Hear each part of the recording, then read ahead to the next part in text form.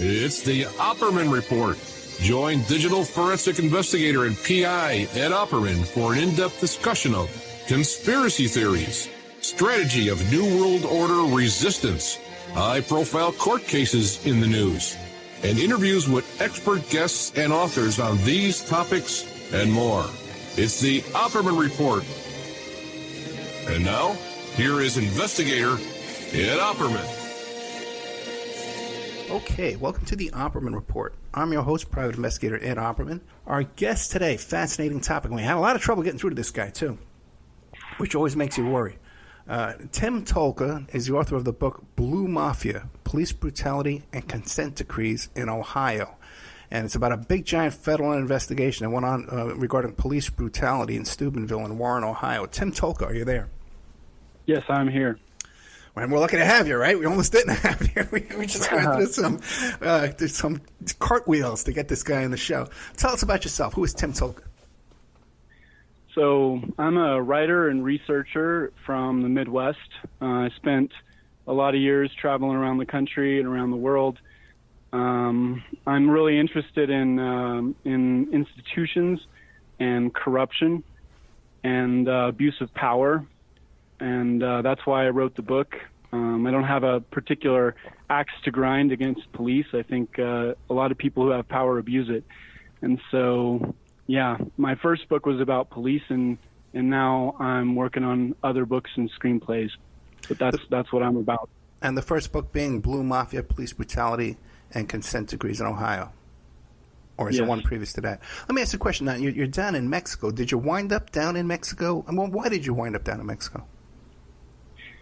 I've always had a connection to Mexico. I lived on the border when I was a child, and I studied here as a college student. And Mexican people are really nice. It's cheap to live here. I was living in San Francisco, and I lived in New York, San Francisco, and D.C. for about 15 years. And after paying those rents for that much time, I really like paying lower rent and having all the same, pretty much the same amenities and culture at my fingertips here in Mexico City. So there's really a significant difference in rent? Oh, absolutely. Oh, my God. I'm kidding, man. It's amazing. I'm from New York. I'm from New York City.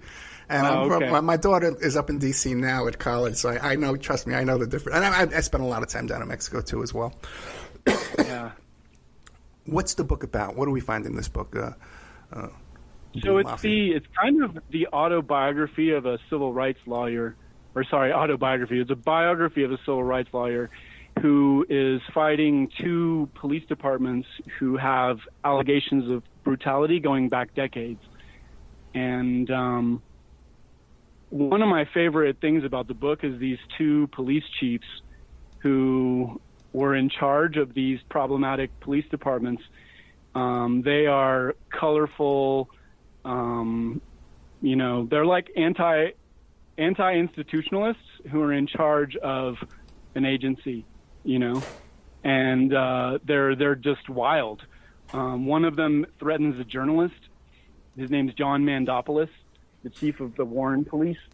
And the news in these two cities, Steubenville and Warren, is surreal. Their history is like really fascinating. It goes, Mafia influence from as early as the steel industry started. Steel and football are like, religion and economy in these two towns. And now steel is pretty much gone. And so they've had a difficult transition. They've basically been deindustrialized. And so my book is kind of like a local history, but it's also this lawyer's story in trying to trying to be part of the reform of these two police departments. And you're saying that the local news media is covering this up? The news media in the two towns are very, very different. In Steubenville, there's the Herald-Star, and they are basically like a glorified mom and pop, bake sale reporting service. They don't do much investigating. You can give them information and they won't touch it. In Warren, there's the Tribune Chronicle, which is owned by Tribune Media, I believe, but they're owned by different people than the Herald Star, and they have a little bit more leeway. They're more interested, they're more investigative. But the real reporting powerhouse in Steel Valley was the Vindicator. And now the Vindicator is kaput. They went out of business like a year or two ago. And so there's not much reporting happening in these towns now, sadly. But during the 90s and the 2000s was when the police brutality was in a kind of a crescendo in these two towns. And there was some great investigative reporting happening in Warren, but pretty much nothing happening in Steubenville. Yeah, that's terrifying. If people don't support, local reporting, then what can happen in darkness is 10 times worse than what will happen when we're able to shine a little light on what's going on. It's so true. Yeah, it's terrifying. National media and even state media have no interest in these areas. You can go to them with really, really dire, grave allegations, and they won't even respond. Like the Columbus Dispatch, the Cleveland Scene, the Plain Dealer.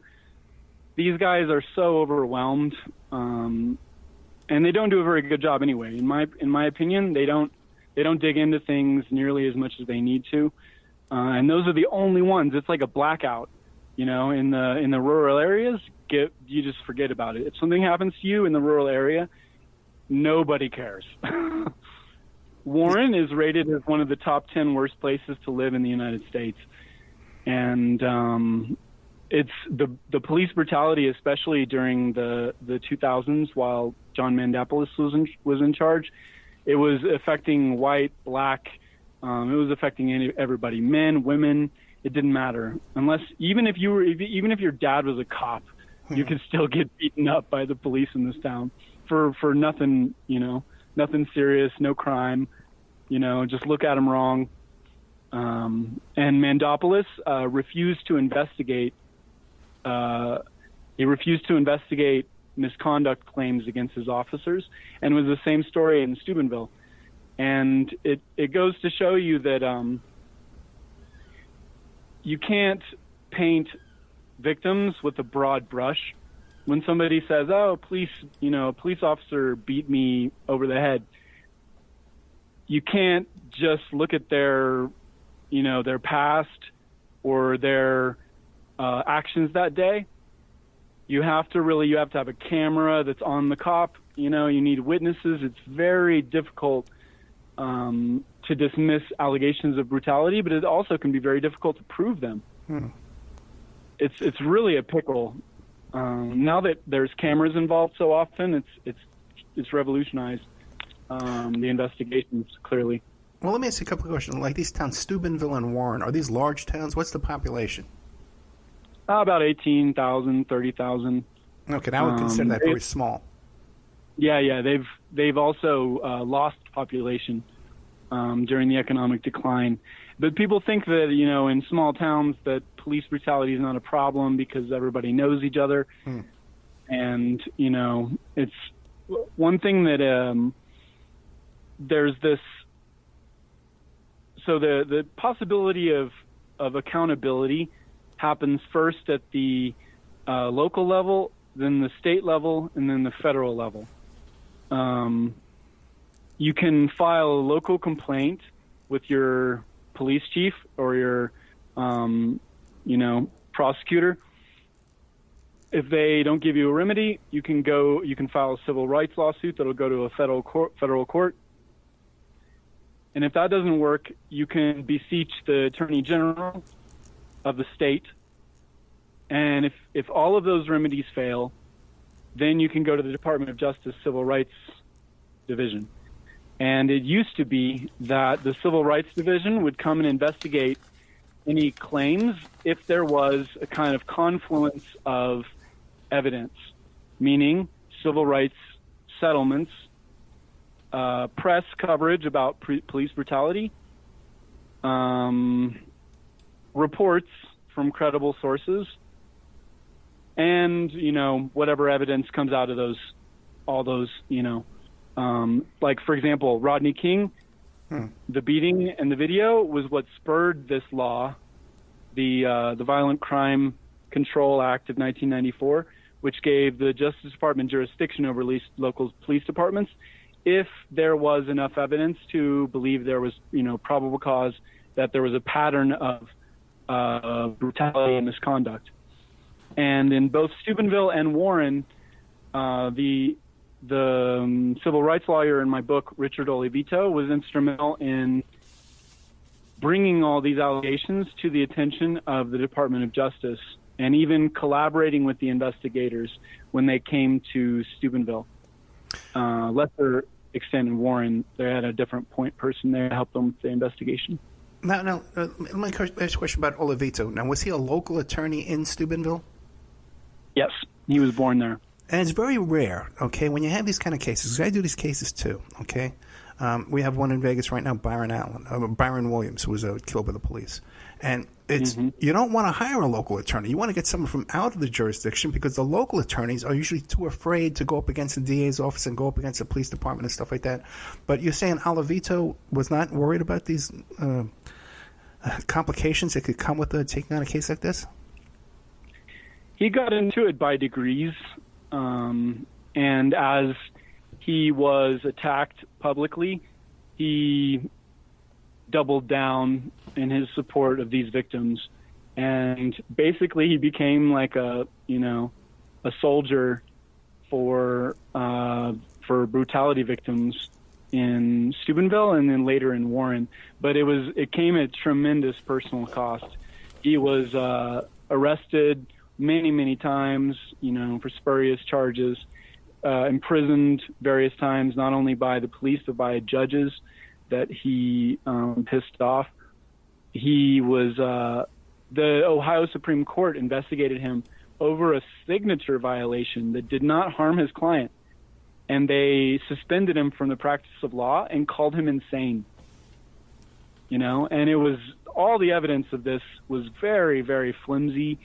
They tried to do everything to take away his license.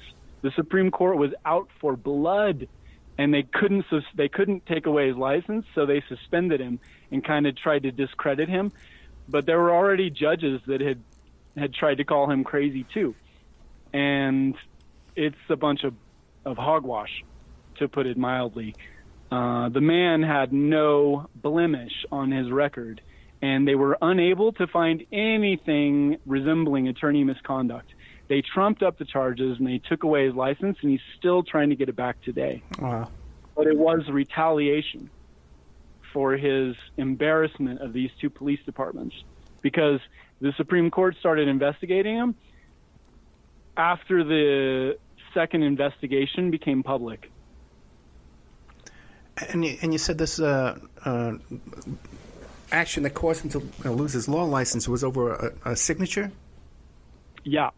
He forged his client's signature in order to get a document filed, but it resulted in no financial loss to the client, which it was a bankruptcy situation. So if the Supreme Court found that there was damage to the client's finances, then they would be able to claim that this was attorney misconduct. But there was no financial damage to the client. It's like, what are you punishing him for? For 3 years you're investigating him. It's like, come on, man. Well, let me ask you this. How was this signature discrepancy discovered? Like, who made a complaint about this? The client did. Oh, really? Okay. And yeah, the client has to. Yeah. And who helped the client make this complaint? Because if you just make a regular complaint against the bar with the bar association, it has to be done professionally by another lawyer who really knows what he's doing. Otherwise, they just ignore this stuff. So the local bar association investigated the signature, and at the time, Olivito had like 5 pending civil rights cases. And he was trying to emphasize to the investigator that there was, kind of collateral damage if his law license is taken away Right. over something so unimportant as a signature violation when there was no financial damage to the client. And the local bar investigator, who was, I believe, the then president of the Mahoning Bar Association, he thought that this was suspicious, that El Levito was trying to cover something up. And they never found anything, other than this one violation of a signature. And they really made a huge deal out of it. I mean, there are attorneys in big firms that, defraud nursing homes and, steal hundreds of thousands of dollars from their clients. And if they work at a firm that's big, like Boris Sater or what's the other big one? It'll come to me in a minute. The Supreme Court will come out swinging in their defense. But if it's a small solo firm, they'll go after them with everything they got. They are too afraid to take on the big firms. And you see this all over different, agencies that do kind of professional investigations, professional ethics. They always target the small fish who can't defend themselves so that they can get easy wins and justify their existence. Give us an idea. What atrocities did Mr. Olivito come across that made him become such a crusader and finally bring justice to this town? So in Steubenville, the police had a habit of false arrests and seizures of property, as well as brutality and a little maybe taking free blowjobs from the sex workers in the town, which was renowned as a red light kind of town. You had gambling that was supposed to be, illegal, but it wasn't unofficially. And then you had prostitution, which was basically like a big business for the area. And it was very much happening under the noses of everybody in authority with their knowledge and consent. So sex workers were being taken advantage of by the police. There were many allegations of this. Sometimes they'd turn up dead, and that had been going on for 50, 60 years. Then you had the brutality against white, black, poor, anybody, and everybody. There was one case in the 80s where a man parked in front of a police officer's house, and the police officer came out and beat the crap out of him and hit him with his billy club various times for parking in front of his house. Were these police chiefs elected or appointed, like in the case of this Mendopoulos? Appointed. And often with like family connections and then later like nepotism. So Mendopoulos, for example, he had his godson as one of their prized police officers. And his godson, whose name was Chucky List, also ran a racist bar where blacks weren't allowed. Really? And the guy would drink and drive so much that he led his own department on a chase. And his own fellow officers had to pull him over driving drunk, and he ran away from them. And then they didn't want to say his name into the radio, so they just said his badge number. Oh, my God. And this was the kind of stuff that was going on all the time. Like covering up misconduct, covering up murders. The police would kill somebody and be like, oh, I thought he had a gun or a knife. In Warren, one of the police officers shot another cop, in a moment of confusion. They were just very badly trained. When they showed up, that's when the chaos started. One time they showed up at a wedding, and they ended up like tasing the groom or something. It was like the wildest stuff that you could ever imagine. They even got in a fight. Like 2 police officers got in a fight when they showed up to break up a fight at a wedding. It was just like a comedy show. And but a lot of people were being hurt. People were dying. You're in a room with a cop, and 3 minutes later you suffocated. It's like, what happened? And you could never find out. People couldn't get answers because the police chiefs, both McCartney in Steubenville and Mendopoulos in Warren, were vocally opposed to admitting that their officers would ever do anything wrong, especially people like their own relatives, who they had hired and protected. And all the people in the town knew about it, but they just couldn't do anything because you can't fire a police chief. It's very difficult. They have various appeals.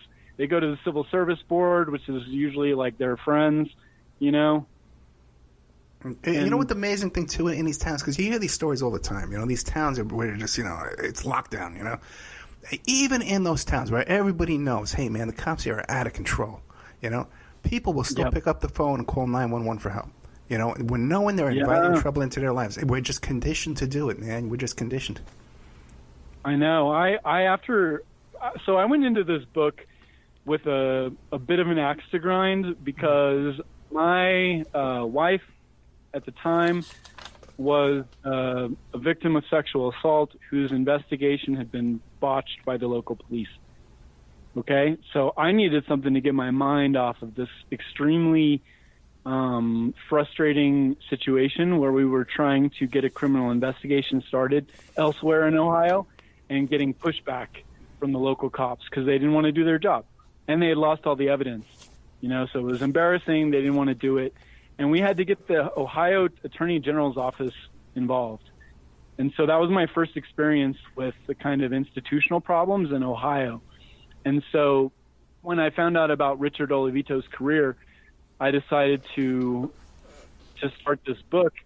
But over the process of writing the book, I started to feel a lot of sympathy for cops because the institutional system kind of puts them in a bind. All right? So imagine I'm a cop.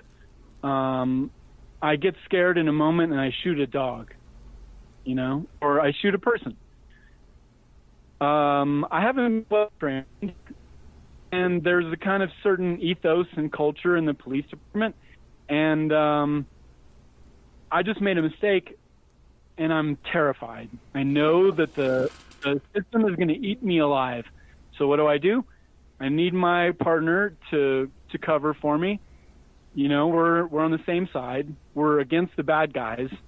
And so it's natural that he's going to probably help me out. It's not comfortable for him to lie, but he knows that he's doing the right thing for me because I'm a good guy. We work together, and that's the whole problem with police investigating themselves is there's a massive conflict of interest, especially in these small departments where everybody knows each other. The sergeant who does the investigations probably has a nickname and he's boys. They're boys with all these guys, they go drinking together after work. They hear each other's problems. They know each other's families. They're not going to turn on each other. That's just against their whole code, It's called the blue wall or the thin blue line. And it's completely understandable. But that's why you need outside agencies. And you need the federal government. As much as everybody hates the federal government, local authorities always blame the federal government when the federal government gets involved. In Steubenville, they were super angry. They said there's undermining our authority and that these DC fed people who are, big shots from Yale and stuff don't know what our department needs and blah, blah, blah. But they're, at the end of the process, when the feds are done with them, a lot of these police chiefs are like, well, this is the best thing that ever happened to our department because we needed to make all these changes. We needed funding. And City Hall wouldn't do it because they were constrained and they needed to, please their constituents. Meanwhile, our department was suffering from a lack of resources. But what the federal government brings through the Civil Rights Office and the special litigation section, which does these agreements for reform, is they force the city authorities to deal with the problems that have been festering for a long time. Have you ever talked to Norm Stamper, the former police chief in Seattle? Yeah. Yeah. Have you met him? I've not talked to him directly, but I read part of his book, and it is fantastic. It's fantastic. The man has a lot of integrity. I respect him a great deal. Yeah, a whole new view of policing.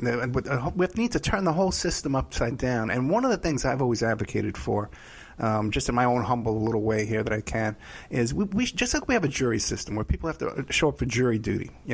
Okay, everyone also would have to show up for a civilian review board. that every time Absolutely.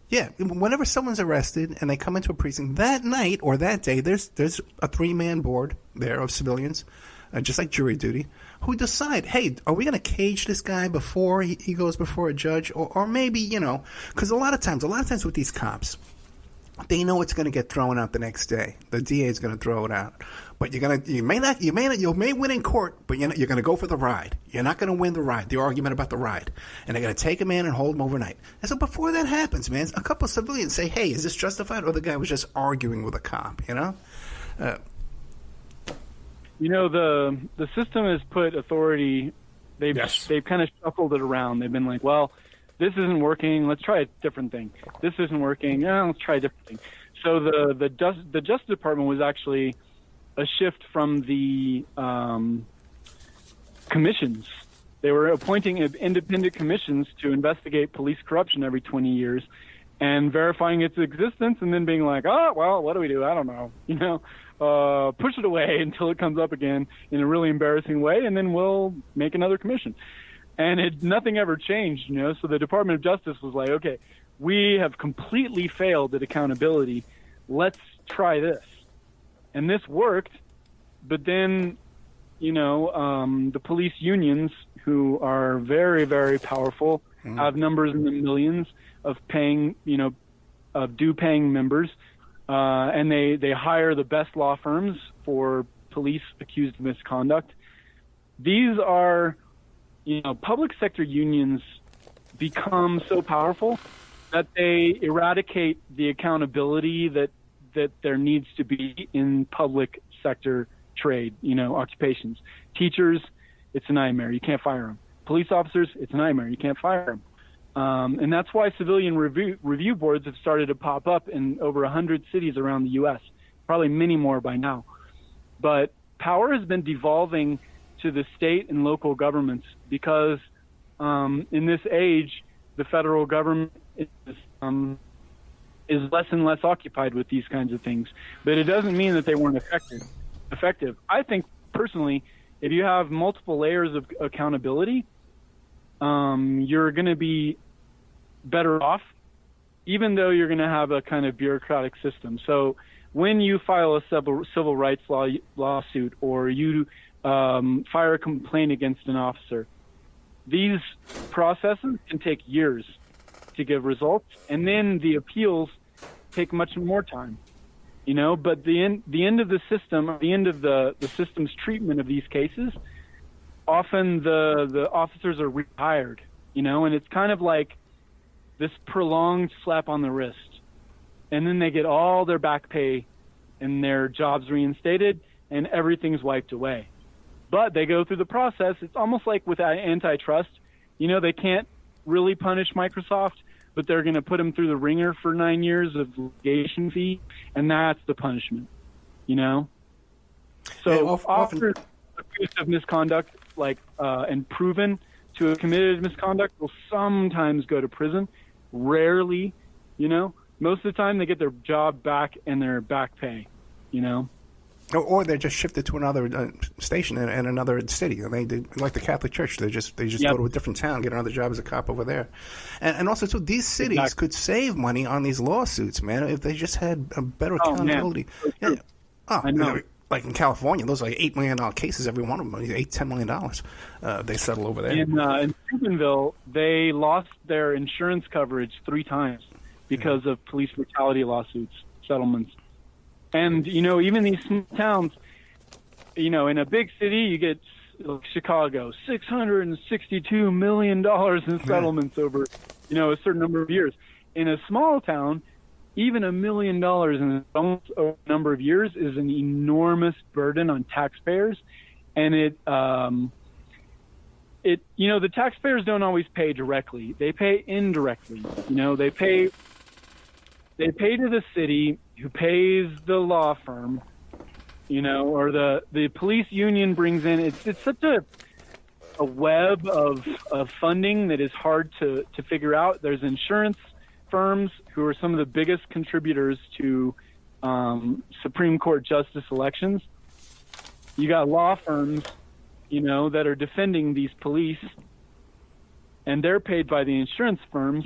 who are contributing to the Supreme Court justice campaigns, who, you know, it's just a big web of difficult to pick apart, big, deep-pocketed interests that have a vested interest in the status quo not changing.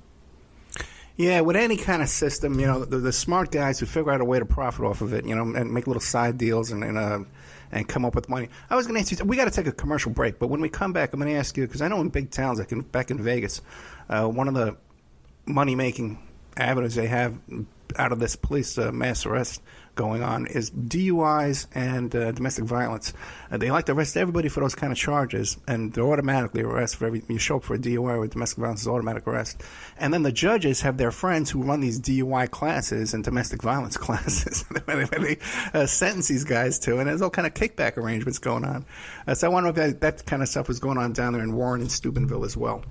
Hey, you were saying you had another book you're working on and a screenplay? 2 screenplays.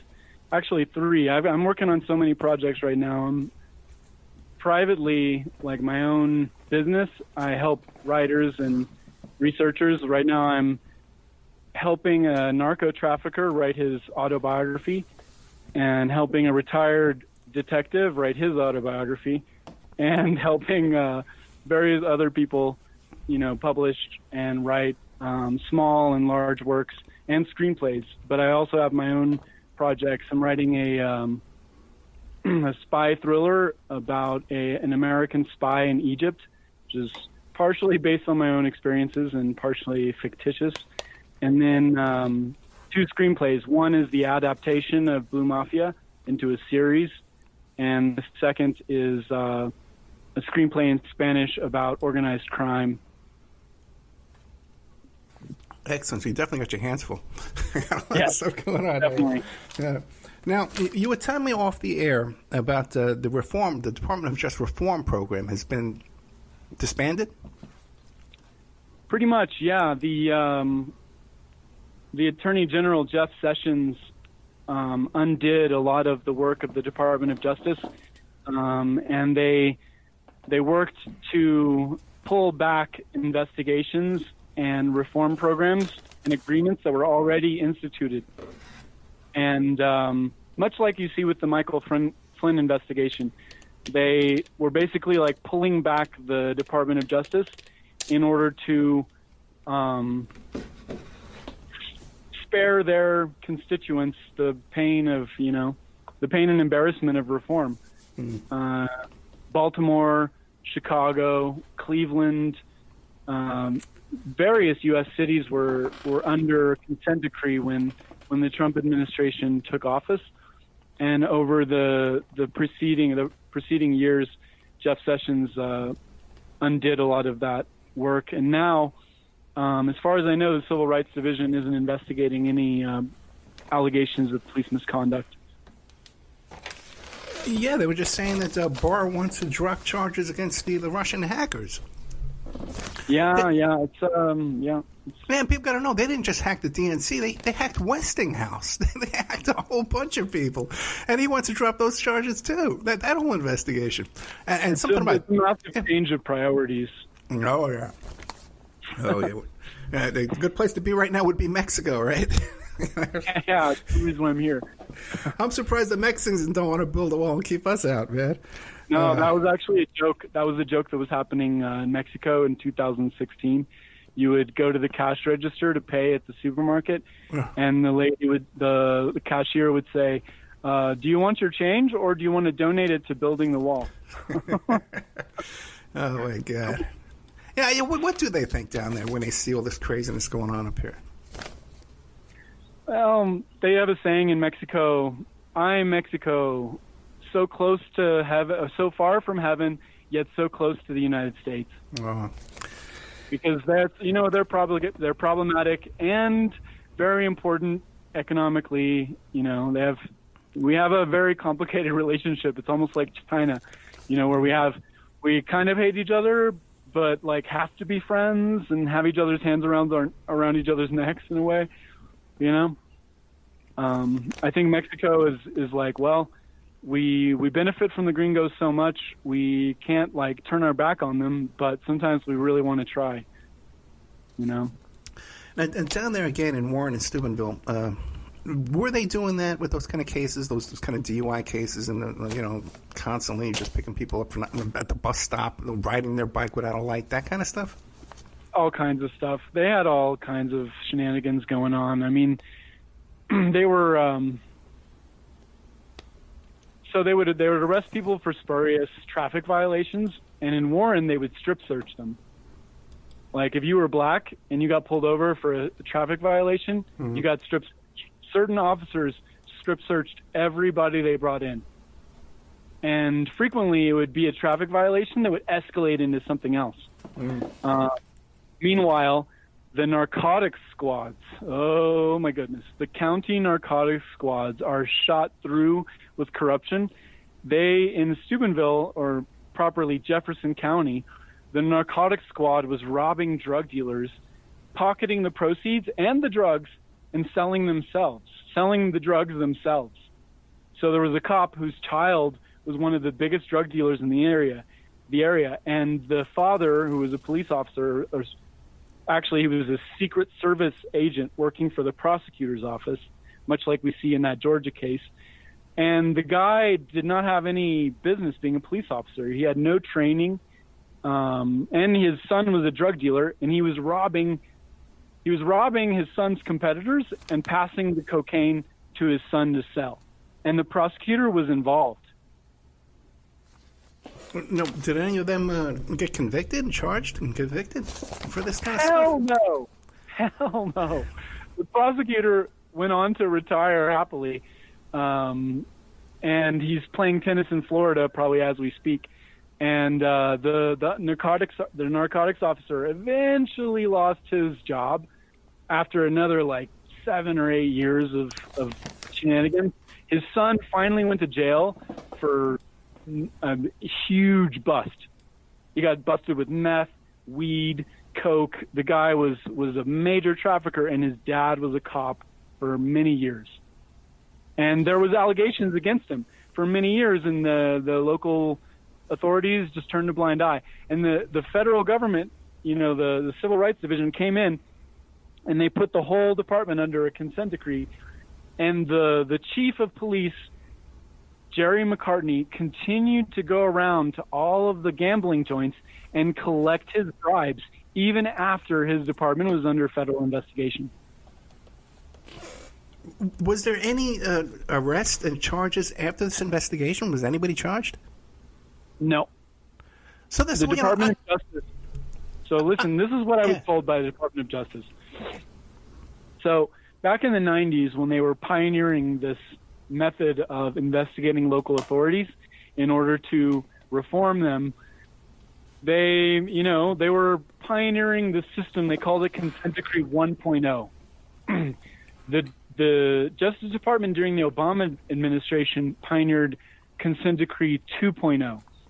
And they did this partially during their investigation into Ferguson, where they went farther than they had ever gone before in checking out what the local courts were doing with their funding and how they were making their money and how much they were getting from traffic fines and against who. You know, was it mostly black people? Was it some white people? You know, et cetera, et cetera.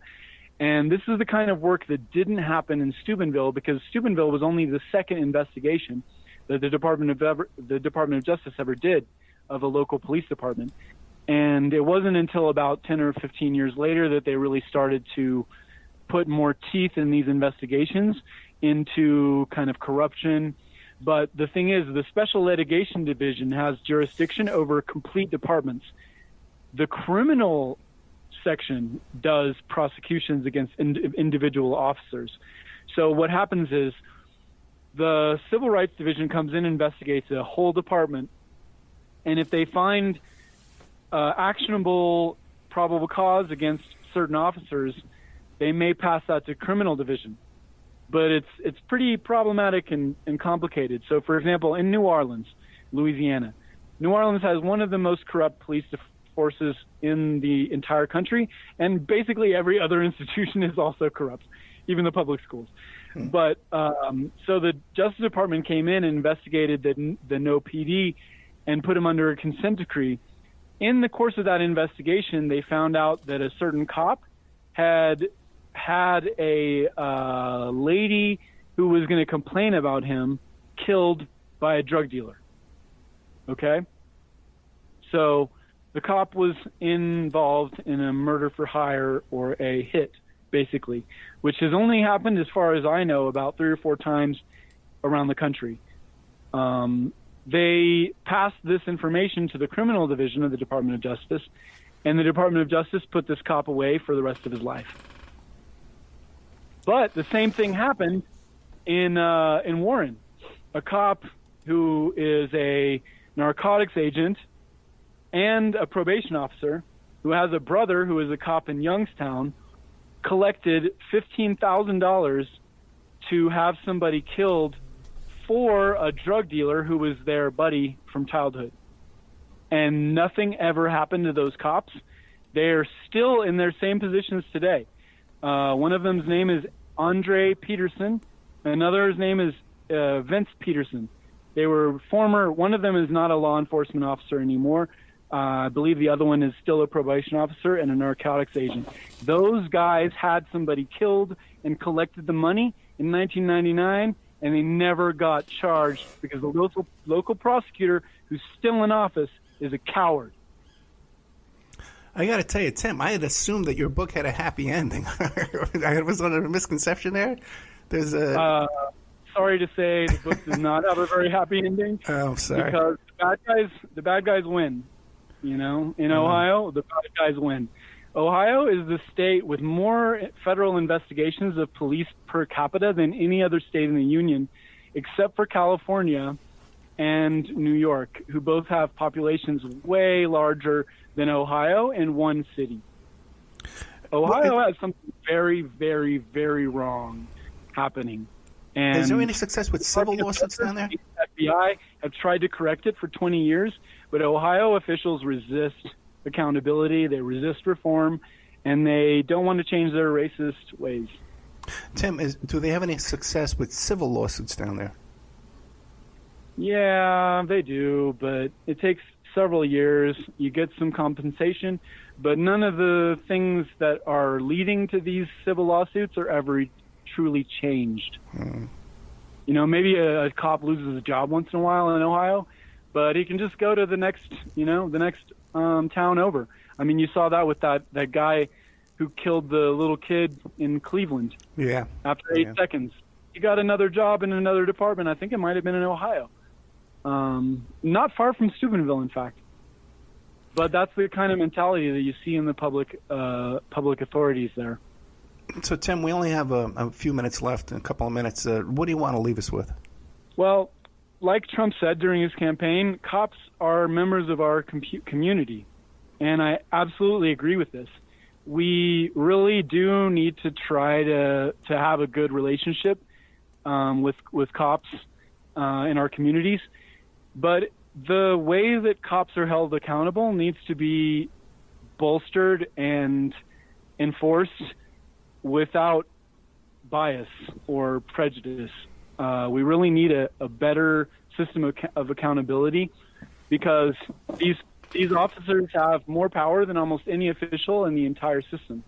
They have power over life and death, and many of their actions are unquestioned, because they're made in the split second. And for that reason, we need better training, and we need state and federal authorities to be involved in holding these local police and local officials accountable. Actually, a lot of the atrocities that we're talking about right now, they're trained to do. The training needs to change as well. Yeah, training absolutely needs to change. Yeah. You can't, I encourage everybody because they're 15 paces away and happen to have a knife. Yeah. You can see the videos. One more thing, American police chiefs have been traveling to the United Kingdom to learn how they kill so few people. And it's partially because their population is less heavily armed than ours. And so our love of guns creates a very difficult problem for our police. Yeah, but even unarmed civilians getting shot down and killed, if we wanted to reduce that, we could do it right quick. The book is Yeah, we called could. Blue Mafia, Police Brutality and Consent Decrees in Ohio. The guest is Tim Tolka. You could find him at timtolka.com. Keep an eye out for this man's work. He's got a lot of stuff coming up.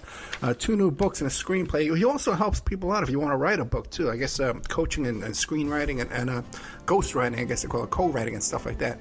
timtolka.com. That's timtolka.com. Tim, thank you so much, man. Thank you. Good night.